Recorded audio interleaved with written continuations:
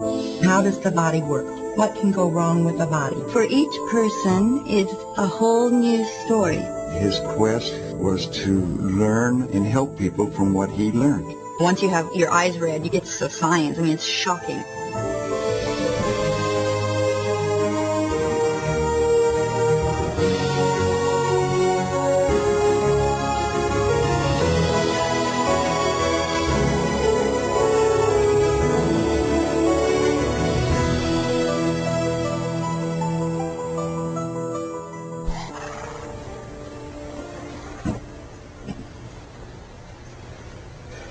The vet can determine a lot about a horse by looking at its mouth, its age, health, whether it's eating or drinking enough. But did you know that you have a diagnostic tool that you carry around with you every day? It's your eyes, or more specifically, the iris. Welcome to the world of iridology. The eye is one of the most intricately structured organs in the human body. But the detailed mechanisms that make up the eye have a very straightforward purpose: collecting sensory information that your brain then processes as sight. The individual components of the eye work in a manner very similar to a camera. Iridologists believe that the eyes provide a sort of genetic blueprint for determining a person's inherent strengths or weaknesses. 80% of what we see when we look at an eye, when we're doing an iris analysis, 80% tells us about your genetics.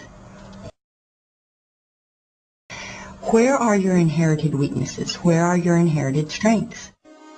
Indications of iris examination as a field of study continue to show up throughout history's timeline.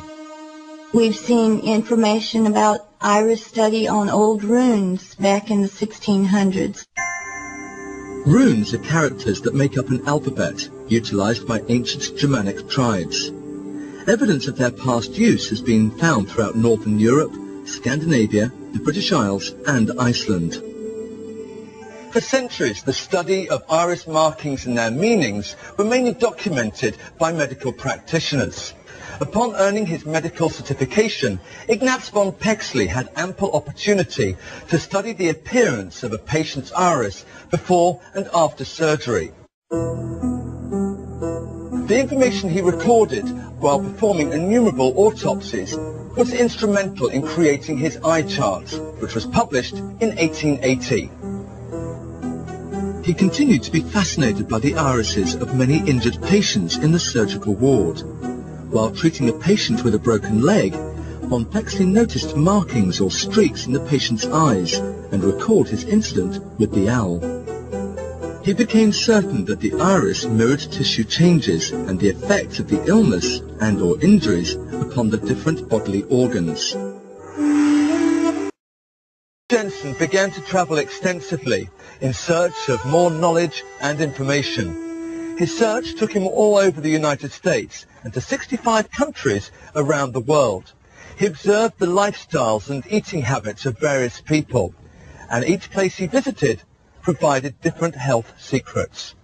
You know, I think maybe as he opened one door, another door would open for him. So maybe somebody that he had seen in New Zealand told him about somebody in Russia, and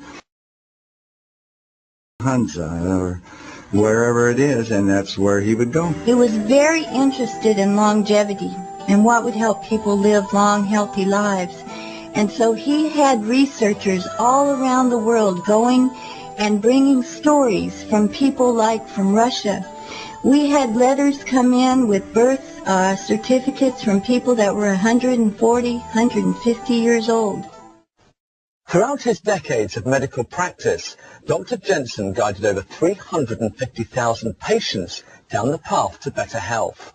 Some of his well-known clients have included silver screen actor John Barrymore Jr. and the captain of television's Love Boat, Gavin MacLeod. Today, iridology has reached a whole new generation of performers, including three-time Grammy nominee singer-songwriter Jewel. I've known her for about 15 years and worked with her with healing and bringing her health, bringing her up to a good strength.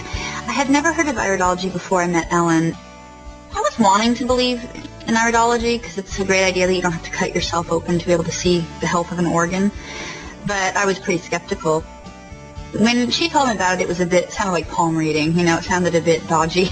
I work with them with breakfast, lunch, and dinner, and talking with them about exactly what foods will help to strengthen those areas that are deficient.